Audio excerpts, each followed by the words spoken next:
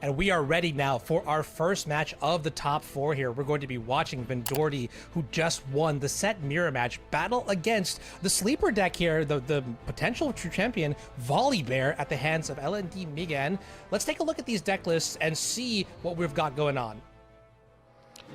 Yeah, here we go. We can see the initial breakdown here. Of course, we saw VendorTY's list there before, that 10 body, 2 order runes here, and we're looking at Volibear, the 6/6 split here.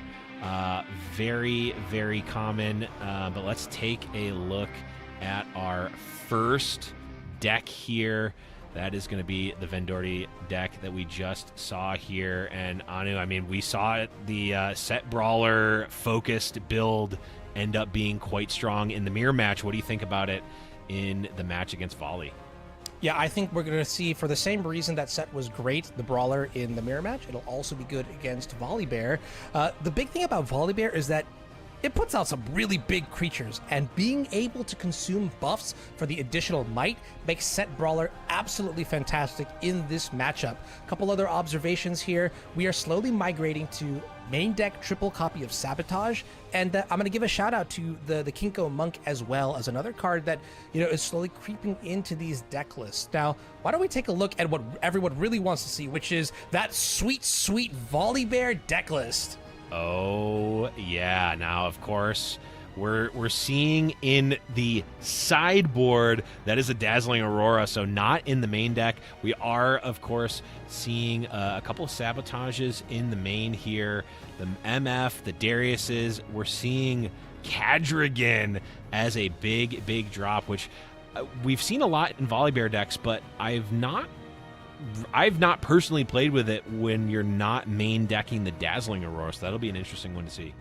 Yeah, I guess one thing that I'm pretty excited to see is that this is a deck that is really geared game one into the fair plan. So you've got, you know, your typical top end, but you've also got copies of like Mobilize and even cards like Vi Destructive to sort of cement your mid game, get to your mid game, then cement it, and then, you know, lead the way into the final places here, the final turns. And then I guess going into game 2 and 3, you've got that transformational sideboard potentially, which is one of the first times I've seen it in Riftbound. But again, I think the players are ready. Let's go ahead and see how this actually plays out. Now, keep in mind, with the modified starting rules here, VendorTY is our 8th seed, which means that Migan will have the choice of going first or second. Let's see what they choose.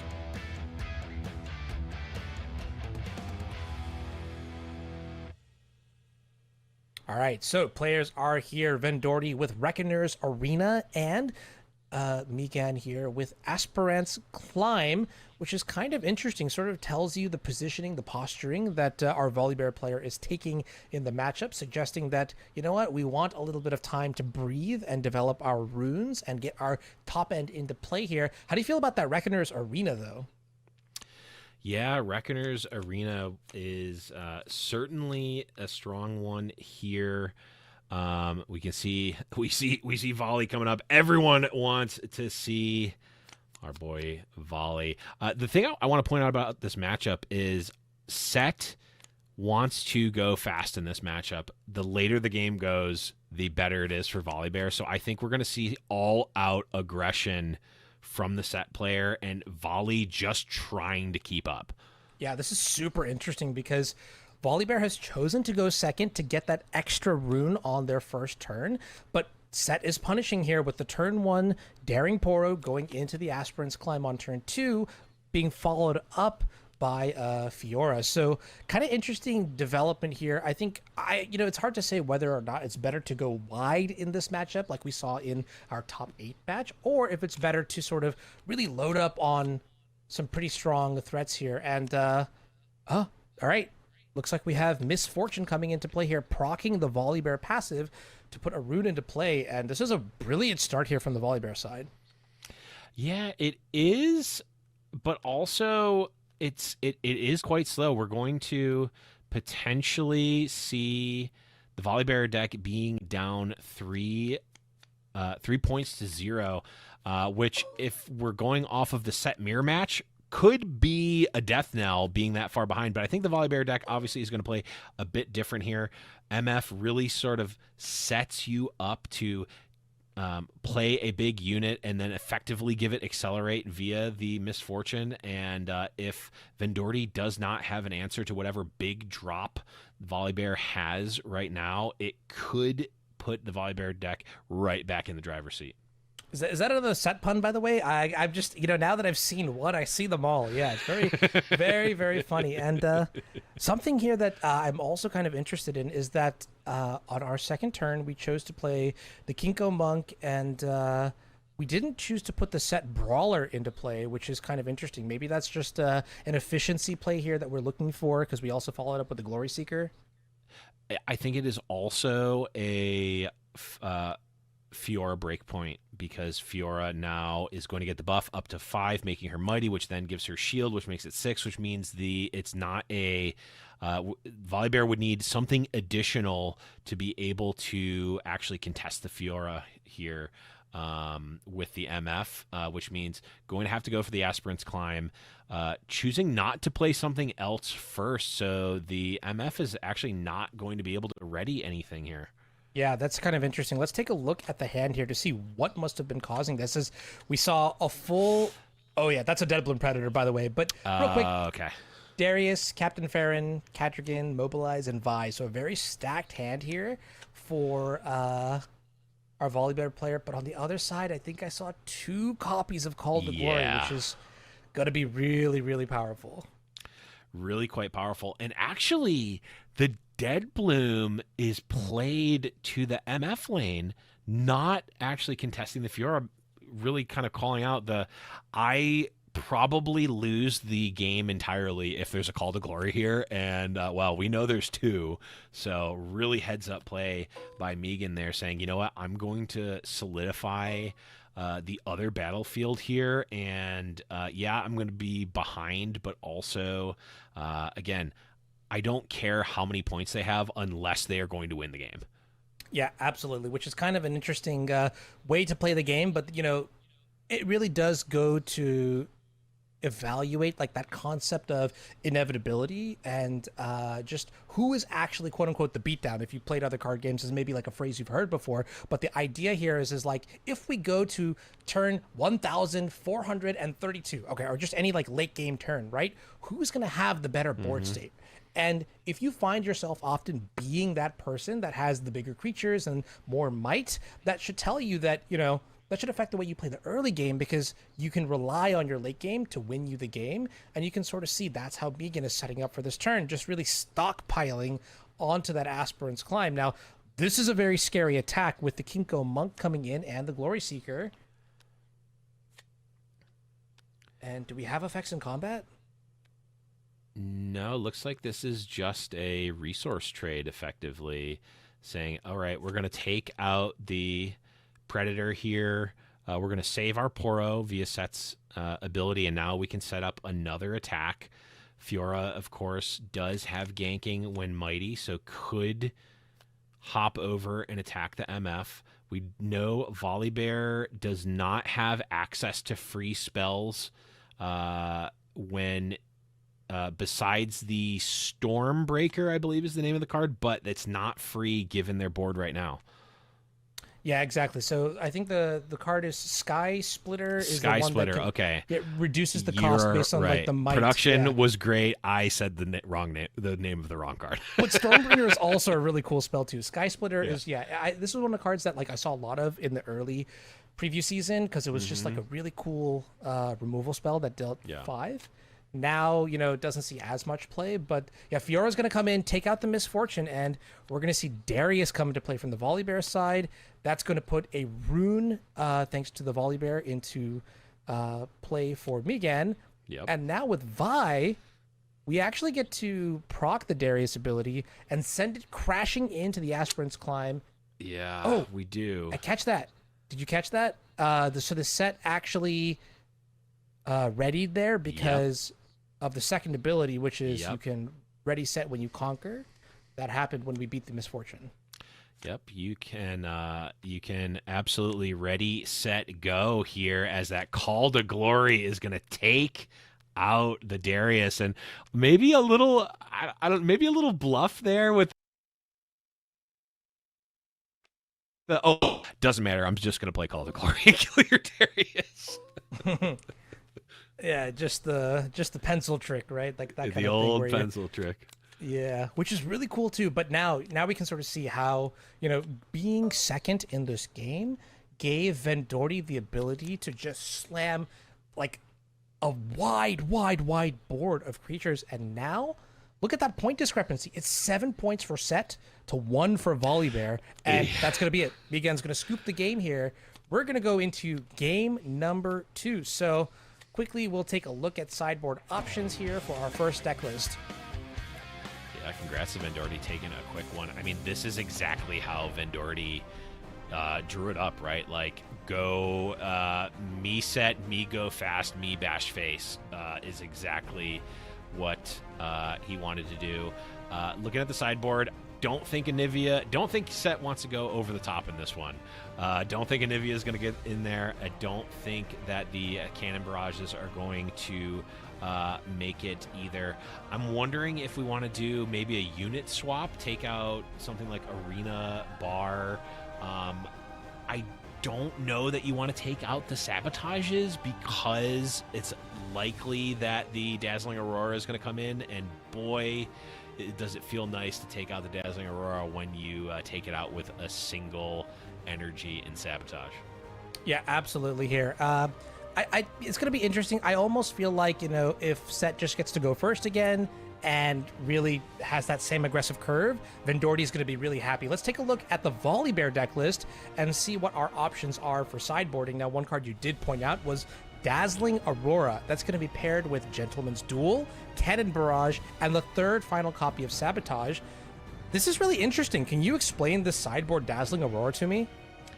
Yeah, I think it is potentially I'm looking at the rest of the deck. I'm trying to think, is it my opponents are assuming that I'm going to have Dazzling Aurora, so they are maybe playing around the fact that I have it, and you can punish that somehow. That is something that we see in other games, like really heavy control decks punishing players that think that you're going to play creatures, and you go, no, Nephalia Drown Yard is my only win condition. I have 0 creatures, so all those terrors in your hand are useless. You really are dating yourself with all these references, by the way. I love to hear it. Yeah, I'm trying to go further and further back with every round. But transformational sideboards are kind of interesting because, in a closed field, you're not going to see that punch coming. But in the top cut, we have access to open deck lists. And now, VendorTY is going to see, okay, well, there's Dazzling Aurora coming into play. Maybe I should reevaluate how I'm, approaching this game too. But that also allows for some crazy mind games where Migen might just be like, you know what? I'm just going to submit the same 40 cards and one-up you here in this game of trickery. So we'll see what happens here once the players are ready. We'll dive right into the match here. Any other thoughts going into our second game? Yeah, I think the absolute blazing speed that match happened is telling for Migen to know that you cannot take the back foot. And it looks like we have an update here. Prismaticism with the Angie Pod, the Darius deck, winning 2-0 versus Master Yi and moving on to the finals. We've got a Darius in the finals. I'm so pumped. But we're not there yet, Anu. We have got game number 2 in our semifinals. First things first, let's take a look at the opening hands here. So we're seeing from VendorTY's side, First Mate Kiana, Daring Poro, and the Kinko Monk. Doing a couple mulligans here from the Volibear side. Kadrogan making the cut, a 9 energy card staying in hand. And looks like we are boarding in the Gentleman's Duel, so this may be a precursor of things to come, but that's Blazing Scorcher, that's Sabotage, which to me reads no plays for the first 2 turns.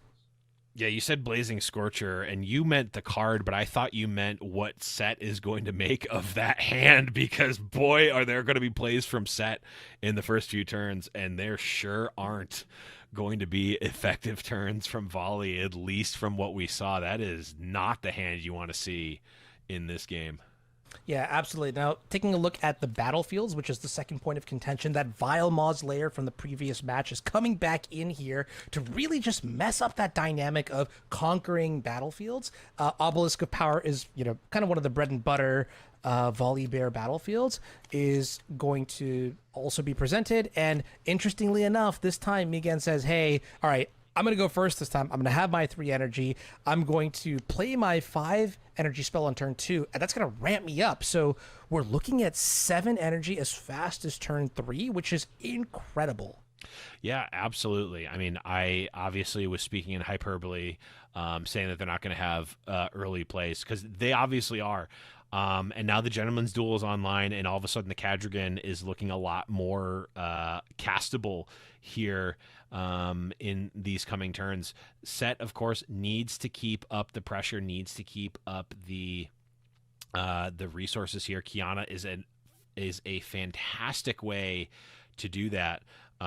It's looking a lot trickier here for VendorTY, as the Volibear actually having early plays is not going to allow VendorTY to just set up this massive board and this massive point lead and just run away with it. Yep, Kiana going to move into the Obelisk of Power. Using her ability, she's going to draw 1 card, not channel the rune here, which might suggest that either VendorTY is looking for more resources to go wide and not be bottlenecked by the amount of runes available.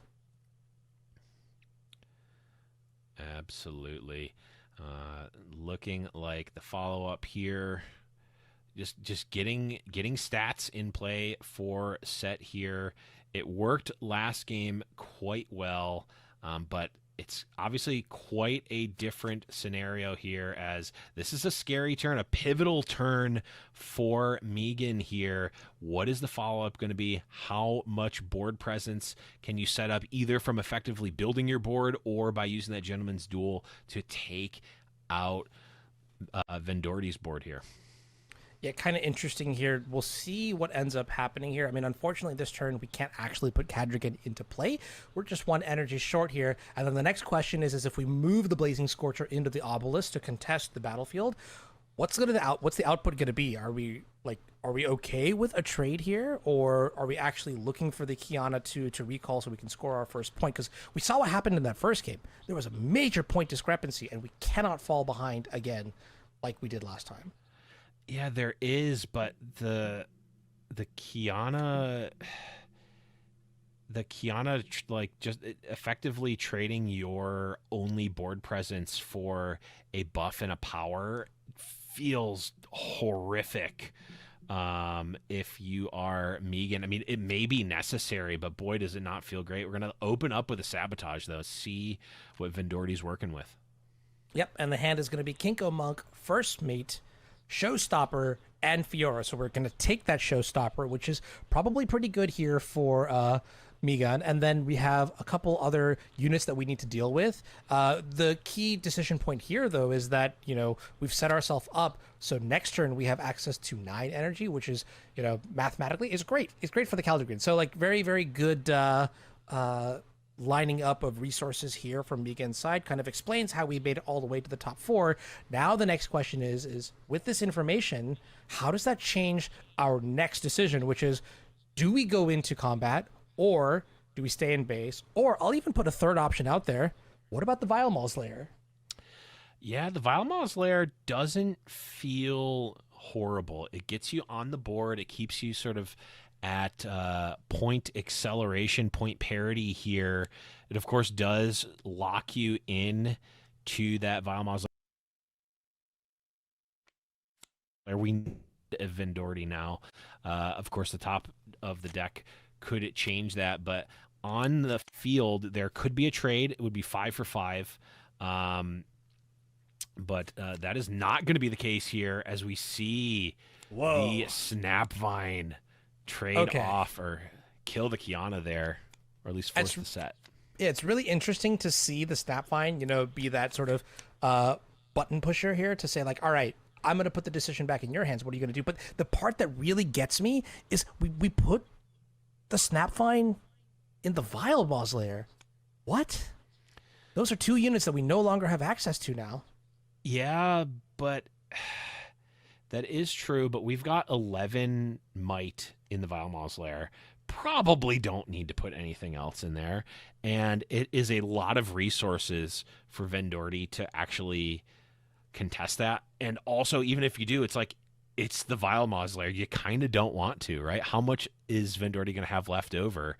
So now it effectively can shift the game over to, okay, we're fighting over the other battlefield, but also I'm winning that one. So just ignore it. Just it's completely unavoidable. Like, you can't do anything about it. And let's just fight over one. But also, I already won this one, so I'm just going to be getting that point every turn, and it may allow Megan to start actually not just staying in line with points, but actually going ahead and building up that tempo. Yeah, kind of interesting here too. And this is kind of where, like, I guess this is also aligned with the Volibear strat. As this turn, we're going to see Fiora come into play into the Obelisk of Power. She's going to get buffed by the Pit Rookie, so now she is mighty, which means she has deflect, ganking, and shield. But the reverse is, if we're thinking from Megan's perspective, what is the next step that we need to take to stem the bleeding, turn the corner, win the game? It is really to get these high power units, single card high power units into play. And I really want to see that next card that we cast at some point. The Caligan must come into play. So we'll see what happens here, as Vi is possibly going to recycle the Steel Sabotage and go up to 4 might. Yeah, that would potentially allow a trade with the Kiana, which isn't horrible. I'm going to pop up the hands here real quick for a moment so we can get a glimpse into the perspective. That's interesting. Deadbloom Predator, Misfortune, those are the 2 draws. And then on the other side, 2 copies of First Mate have been picked up here.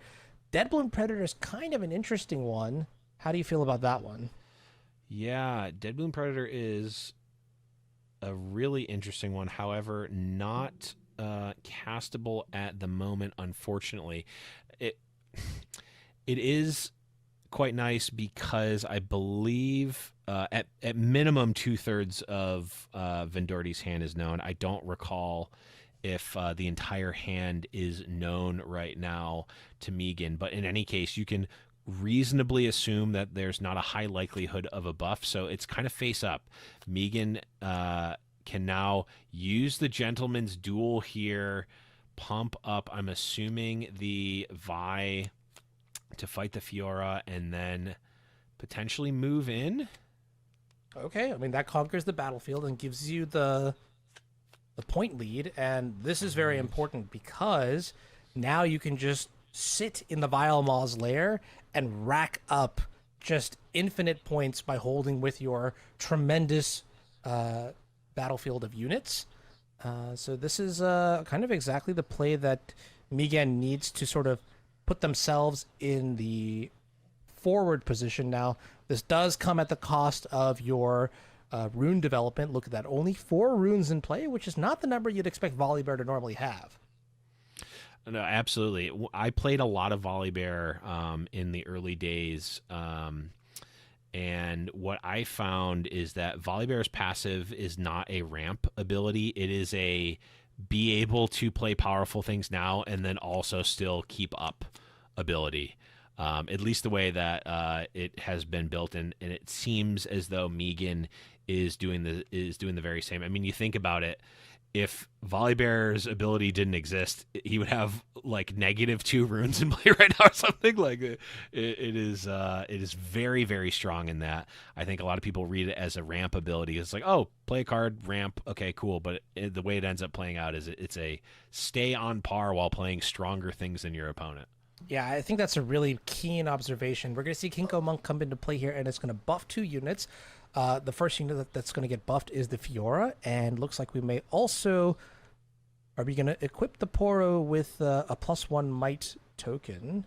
Find out pretty soon here. But yeah, it's a great point that you bring up here. And I think really the reason that we could even expect that to naturally happen for the transformation of Volibear's passive from a ramp tool to a mid-range enabler is because, you know, as the metagame develops, people are going to get more aggressive. We're going to get more efficient. And for example, a card like Darius, which has really popped off in the past few weeks or past few week even, you know, like that's the kind of strategy and style that you really want to start taking with the Volibear, which is lower to the ground, able to contest the earlier turns, and then, you know, keep up with some of the more aggressive draws in the format. Yeah, absolutely. This is an interesting position because it's kind of playing out a little bit like I was thinking it might, which is we've now fought over one battlefield,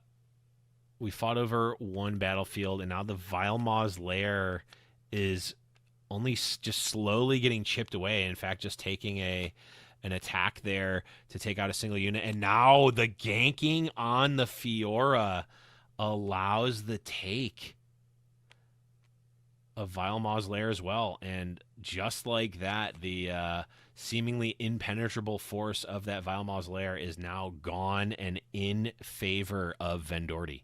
Yeah, this is not how I expected the game to go, where now Volibear is behind on board, behind on runes, and VendorTY is just set up to crawl up to 3, I believe, 4 or 5 points on the next turn, and just completely drop kicks Volibear out and now has total control of the game. That's kind of crazy. Not how I expected the game to play out, given the hands that we saw at the very beginning. Right. No, I didn't either. I was a little bit confused there. I'm like, why is something not dead? Did I miss something? And it was just a cleaning up of the battlefield there. But we're now going into Volibear's now 6 rune turn. Lot of possibilities that could come from 6 runes with the Volibear. It's a matter of seeing what do they actually have access to. All right, there she is, Misfortune. Yep. And that's going to combine with the Volibear passive to maintain rune parity. One thing that I also want to give a call out to here is that we actually have the other side of the bracket figured out. So Prismaticism on Darius Hook, Angie Hook has 1-2-0 against Kuvi, who was playing Master Yi. So a lot of things to break down later on, but that is who was awaiting the winner of this game in the finals. And it might be VendorTY 1 game away. Well, VendorTY now sees that the coast is clear. They got to 6 points here now. They see some units here. No interaction on the side of Megan. So if VendorTY can or VendorTY now can set up with relative safety here, get set up for a double take. And that's if immediately going to have to force Megan into the Vilemaw's lair, which again, not something that you really want to do, but it is going to be forced upon Megan to prevent VendorTY from just winning. Yeah, very interesting here too. And now we finally see a Sett brawler come into the base here for VendorTY, which is, you know, sort of marinating that counterattack. So Misfortune going to come to the Vilemaw's lair, is going to take care of the Daring Poro. Going to go up to 4 points here. And now the next question is, what are we going to be doing with our energy? And that is Caldegrand, the Infernal. Yep. That is going to come in and draw a couple of cards there for Megan, putting 14 power into the Vilemaw's lair. The Sett's going to go ahead, take the battlefield there, get to that 7th point. We're now seeing the Sett come back, readied with the deckhand there, spending a buff, getting big, sending in the full squad, and I believe that is going to be point number 8, the winning point there for VendorTY, who's now taking it 2-0 and into the finals. Yeah, absolutely incredible showing here from this Sett build in the top 8.